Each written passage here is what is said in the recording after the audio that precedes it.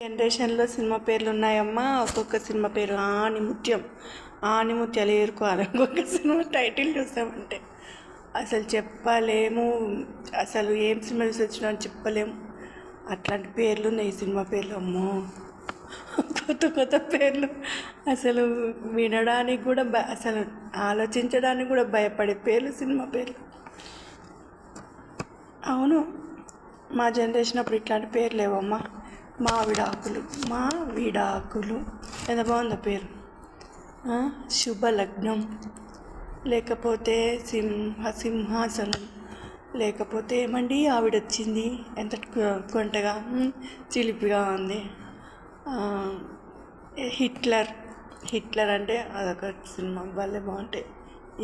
ఇప్పుడు సినిమా పేర్లు ఆలోచించండి ఎట్లెట్లున్నాయో. ఒక 2-3 సినిమా పేర్లు చెప్పండి.